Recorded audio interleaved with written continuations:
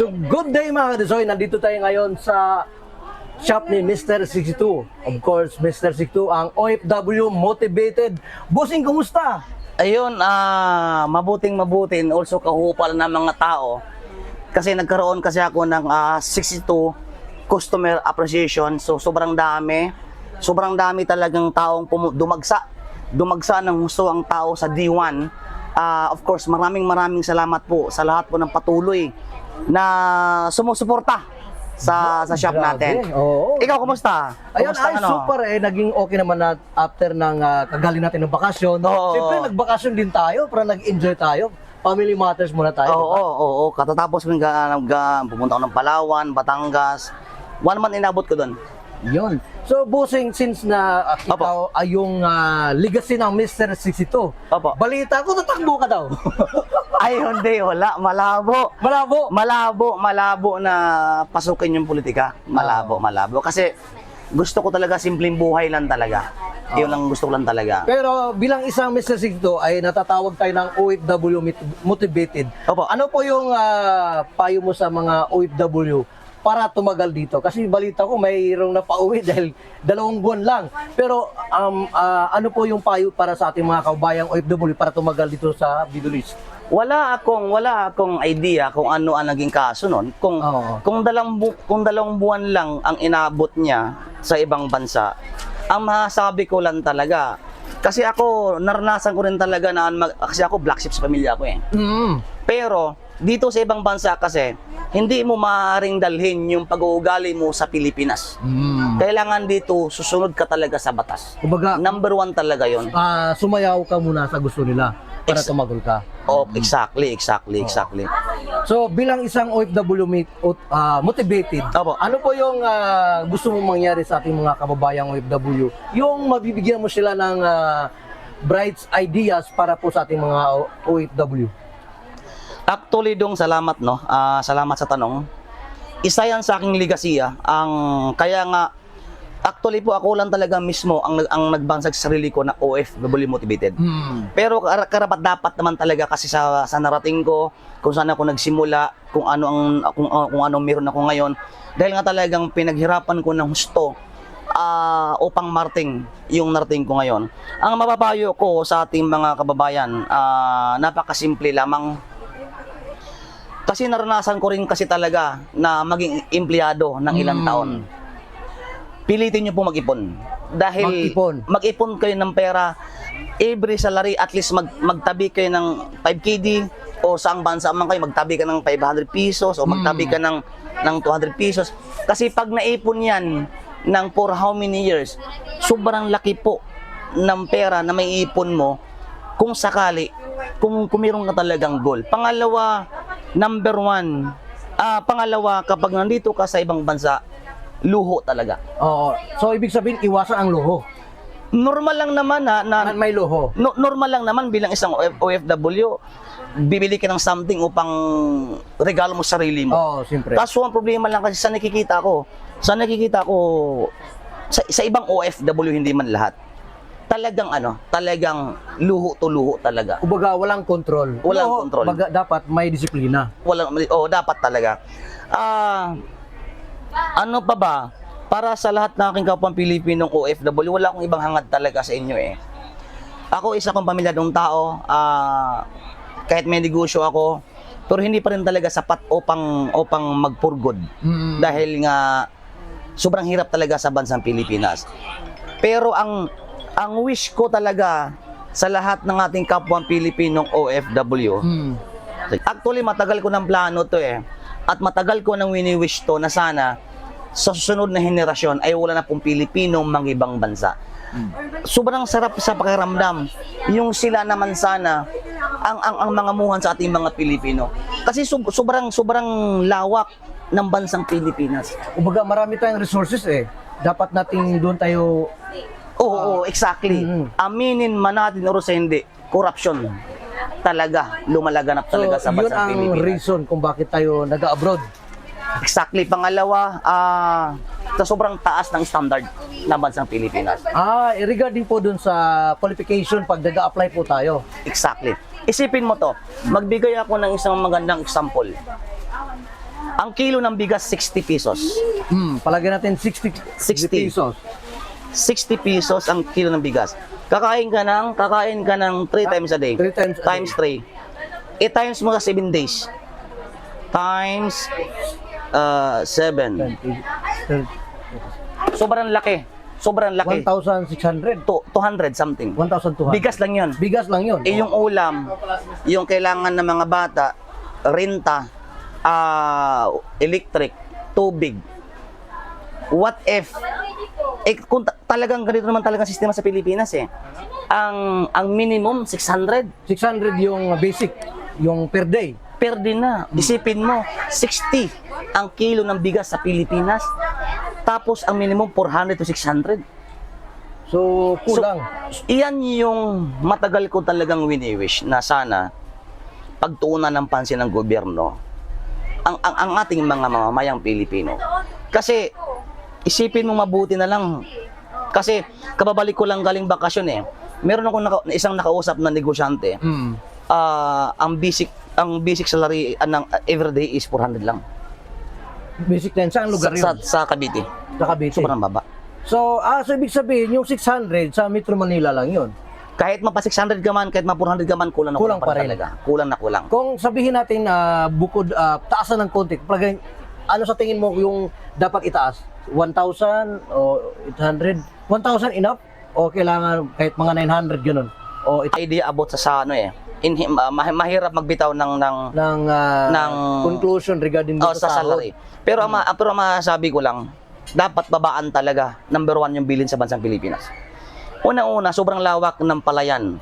Sobrang lawak ng bukirin ng bansang Pilipinas. Palay nandyan na. Ang problema lang kasi, nakikita kong magandang solusyon dyan. Dapat i-allowed yung pag-import ng bigas sa ibang bansa. Oo. Kasi kapag i-allowed ng sobra-sobra ang pag-import ng bigas sa ibang bansa, papasok sa Pilipinas. Ibig sabihin dadami ang stock, dadami ang bigas sa bansang Pilipinas. So wala silang choice kundi magbaba. Pero sa tingin ko, mayroon naman siguro tayong naging import. Pero ang problema, hindi lang ganun kalaki. Hindi ganun kalaki yan. Hindi ganun kalaki yan. So, Kasi dapat matuloy na yung pinakamababang bigas at the same time, exactly. oo, sana. Number 1 yun Number 1 talaga na kailangan talaga ng Pilipino, bigas, pagkain talaga. Kaso ang problema, sa baba po talaga ng sahod. Sa mahal ng bilihin. Parang ano siya Ano kasi ngayon sa economy ngayon, mataas yung inflation. Hindi siguro, hindi naman sa Pilipinas, sa buong mundo. Pero yung Pilipinas, sabi mo nga, mas hindi tayo makakaangat at yung mga OFW talagang mag-iibang bansa dahil yung financial stability natin talagang sobrang taas. Tapos mahirap magstay sa Pilipinas kung ganun ang maging natin, no? Kaya nga ako bilang isang OFW dong Soto lang sa loob ng 16 years, no? Wala akong ibang hangad talaga. Wala akong ibang hiling na sa sunod na henerasyon wala na pong Pilipino mga ibang bansa. Sobrang hirap po sa ibang bansa, mga kapatid. Sobrang hirap, swertihan ng talaga dito sa ibang bansa. Kaya suggestion ko po sa aking kapwa kababayan, kung kayo po ay may balak mga ibang bansa, pag-isipan nyo munang maigi. Think twice bago kayo mag-decide. Kasi sobrang hirap sa ibang bansa. Pero yung ating ibang mga kababayan kasulan ng choice, kundi mga ibang bansa talaga kasi nga malaking pukulang ng bansa natin. Pero sa tingin mo, pag halimbawa, kung in the next generation wala nang abroad, ano kaya ang maging buhay ng mga Pilipino? Kumbaga, halimbawa, tayo, OFW, at the same time, umuwi tayo, kailangan magnegosyo or mag-for good para mayroon tayong income. Di ba? Kung wala, sabi mo nga, bilang isang empleyado, mahirap Mahirap yumaman bilang isang OFW na empleyado. So dapat mayroon tayong, ano ba yung dapat nating gawin, busing dyan sa tingin mo? Kasi hindi man kasi lahat ng tao is naka-design na maging negosyante. Oo, tama. Like for example, kung lahat ng tao maging negosyante, ano na nangyari? Wala nang empleyado. At least, kung sakali man darating ang panahon na sunod na henerasyon na magkaroon ng chance na wala ng Pilipino mga ibang bansa, for sure, bago gawin ng isang OFW yun na mag-for good, sigurado ako marami ng opportunity na magagandang trabaho, magandang sweldo, at mababa ang mga bilihin. Yun. Isa sa magandang ano talaga yon. Yung panalangin natin na susunod Exactly. Sana mangyari yun, Busing. I hope talaga. So, kapag mangyari yun, yun talaga ibig sabihin na achieve mo na yung dream mo para sa ating mga OFW. Wala ko ibang wish talaga. Yun talaga yun. Wala akong ibang wish. Para sa akin kapag Pilipinong OFW. Kasi kanina nakangiti yung mga yan pero deep inside talagang Oh, nandun yung lungkot eh. lungkot talaga number one. Masaya sila sa tingin ng iba. Yung physically. Pero sa loob ay malungkot po ang ating mga. Sing, ano po yung masasabi mo sa ating mga OFW para maging matagumpay sa buhay? Ito i-share ko from the beginning. Actually hindi naman talaga ako mayaman eh. Nagbukan ako ng mayaman. Dahil sobrang dami pumapasok na tao, no? Sobrang dami pumapasok na customer.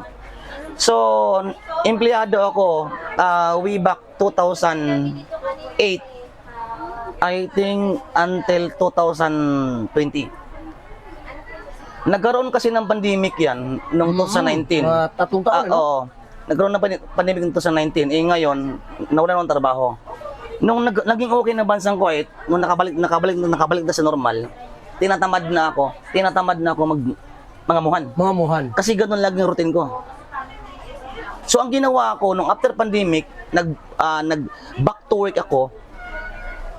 Iniisip ko ano bang pagkukulang ko nung for how many years from 2008 or 2019. Ano ba pagkukulang ko? Bakit ganito pa rin ang buhay ko? Malang question 'yun. So ang ginawa ko noon, marami akong binago noon.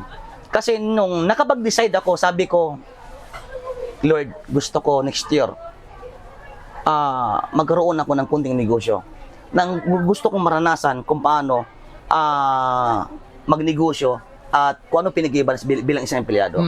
Ang ginawa ko nun dong, ang pasok ko sa trabaho dong is 9 a.m. in the morning until 6 p.m. 6 p.m. Pero gumigising ako ng alas 4 na madaling araw kasi meron akong 2 hours job. From 6 to 8. Ng umaga. Oo. Tapos babiyahe ko na isang oras kasi Parwania ako eh. Oo. Salmiya ako ng sumalayo. Papunta sa trabaho ko. Pag uwi ko sa bahay naman, meron pa akong extra job na 2 hours. Di ba matapos ng alas 6?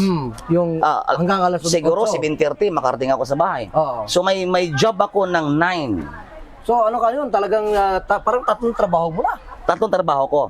So pero ang ginawa ko noon sa loob ng 2 taon, yung mga extra job money ko, tinatabi ko. So ibig sabihin yung ginagastos lang namin noon, mga expenses yung sinasahod ko, regular na salary ko. Pero yung mga extra job ko, tinatabi ko sa loob ng 2 taon. 2 taon yun. 2 taon. Pangalawa, sa loob ng 2 taon, never ako pumunta ng mall. Hindi ako pupunta ng mall. Bakit? Kasi sa sobrang dami na kasil sa mall, hindi mo talaga maiwasan na makabili ka talaga eh. So, ayun, nakaipon ako ng pera. So, nakapag-decide ako, nag-online muna ako eh. Online muna ako. Anong year yung nagsimula ka nag-online? I think 2001.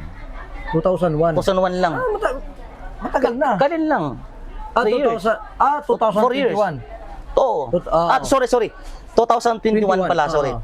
So, yung 2 taong inipon ko na pera doon sa part-time ko, yun yung pinangpuhunan ko. Sinugal ko talaga yun, lahat ng pera na yun. Sinugal ko doon sa online. Binuhos namin doon. Pero, nung nagkaroon kami ng online, hindi ako umaasa na lumago ka agad. Hindi ako umaasa doon sa kita noon. Still, nagtatrabaho pa rin ako.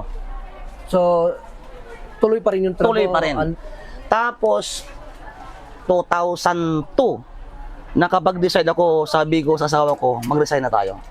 So, 1 year, at that time, after 1 year, doon ka nakapag-decide Decide nag-resign. So, ibig sabihin, may progress yung... Oo. And then, only 1 year? Wow, Opo. Kasi talagang kung talagang, pero yung 2 taon na pag-iipon, kasi 2 years ako nag-iipon 2 taon ako nag-iipon Tapos nag-online ako ng 2021 ata, or kung hindi ako nagkamali, 2020 ata.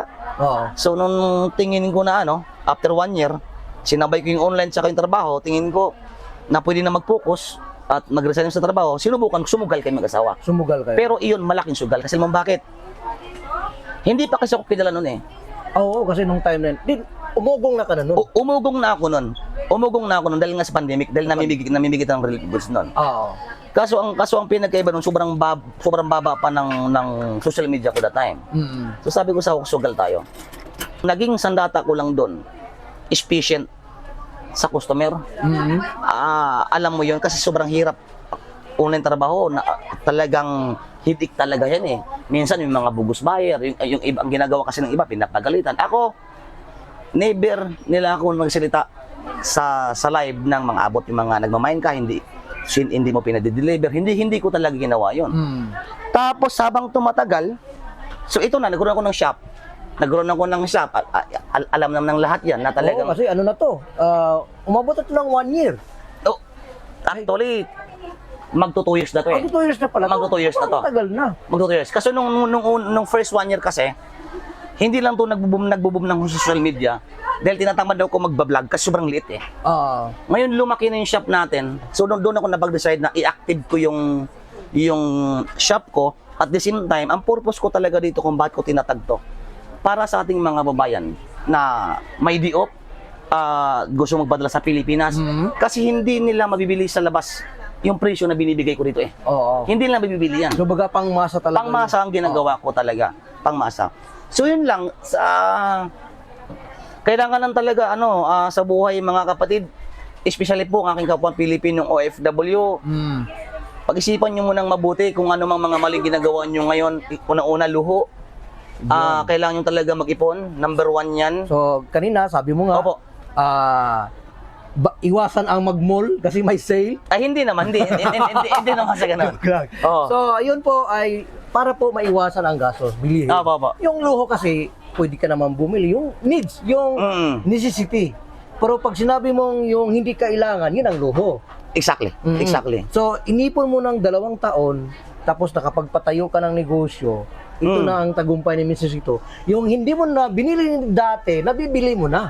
Exactly. Yun. Kasi yung paghihirap mo nung mga ilang taon ng pag-iipon, kapag once na nag-grow ka naman is lahat ng gusto mo, bibili mo naman eh. Pero nakadepende pa rin yun. Hindi porket meron kang negosyo na, kumikita ka ng pera, ay bili dito, bili doon. Ay, yun yung ikababagsak mo talaga. So, yun. So, kailangan yun, yan, sa ating mga kababayang OFW, ayan po, OFW motivated, Mr. Sixto, gayahin po natin ang kanyang way kung paano siya nagsimula, at the same time, paano magtagumpay bilang isang OFW. Iyan, grabe, bossing. So, solid yun. Solid talaga, grabe mga katisoy. Talagang, si Mr. Sixto nagsimula siya, talagang, yung sabi mo nga, pasensya. At saka, tuloy-tuloy lang, no? Opo. Number 1 talaga yun. So, yun lang siguro, no, wala akong ibang ma-share. Mahirap kasi, ako bilang isang ako kasi, mahirap mag-share. Hindi katulad sa iba kasi, nag-share sila ng idea kahit hindi pa nila naranasan. Para sabihin lang na meron silang tira. Ako kasi, sinishare ko lang talaga kung ano ang nilalaman ng utak ko at kung ano yung nagawa mo. Nagawa ko. Kasi mahirap mag-share na ipagmayabang ko sa inyo, ipagmayabang ko sa mga viewers natin. Pero hindi, na hindi ko pa naman naranasan. Exactly. So sinishare ko lang talaga kung ano ang idea at naranasan na meron talaga ako. So ayun, sa lahat ng ating mga kababayan, ako po taos puso ko pasalamat sa inyo. Especially po ang aking mga kababayan na nagtrabaho sa loob ng bahay. Maraming salamat po sa inyong lahat. Alam niyo yan, talagang sobrang dami talagang humingi ng tulong sa akin. Kaso ang problema lang kasi daw, ako yung klaseng tao, pag once na gusto ko tumulong, ayaw ko humingi ng sponsor. Gusto ko para may own pocket. Para wala silang masabi. Oo. Hindi man lahat kayo, at least ang ilan po sa inyo ay sabot na aking makaya ay gagawin ko po ang tulong na hinihingi ninyo. Dong, maraming salamat. Sana hindi ako nagkamali ng mga binibitiwan dyan o sinasabi. Dyan, of course, ang OFW motivated Mr. CC2 Ayun po, sinishare niya kung ano po yung naranasan niya Opo. para naman ay maging salamin po sa ating mga kapwa OFW. Ang tanging wish lang ni Mr. Sixto, sana sa sunod na henerasyon ay wala na po yung mga ibang bansa. Yan. Yun po ang naging wish niya. Masaya na si Mr. Sixto para po sa ating mga kababayang OFW. Ito po yung lingkod Dudong Dizoy. At of course, Mr. Sixto, OFW Motivated. Ayan. Maraming salamat. At of course, hanapin lang po ang kanyang shop. Dito lang po sa Little Manila, ground floor. Bago po mag-Jollibee, andito lang po. Mr. 62. Thank you so much, Dong. Maraming salamat. Actually, isang malaking opportunity na na-interview na isang Dudong Tisoy. Talagang talagang ay isa sa mga iniidolo ko rin talagang nagsimulang vlogger. Kasi ako, willing ako mag-share doon sa mga nag-umpisa pa lang talaga na sa about social media. So isa ito sa napaka down to earth talaga ng Dudong Tisoy, and of course, thank you. Maraming salamat, tol. And maraming salamat at sana po yung lahat ng pong mga motivation na binigay ni Mr. Sixto ay makapagbigay aral lalo na sa kapwa nating mga OFW. Kaya maraming salamat. Ito po ang inyong lingkod, Dudong Tisoy, basta Dudong Tisoy, gahi o baruganan. Mr. 62 on the house. 62 OFW Motivated. Alright. See Pasok you yun, Dong. around. Thank you. Ayos.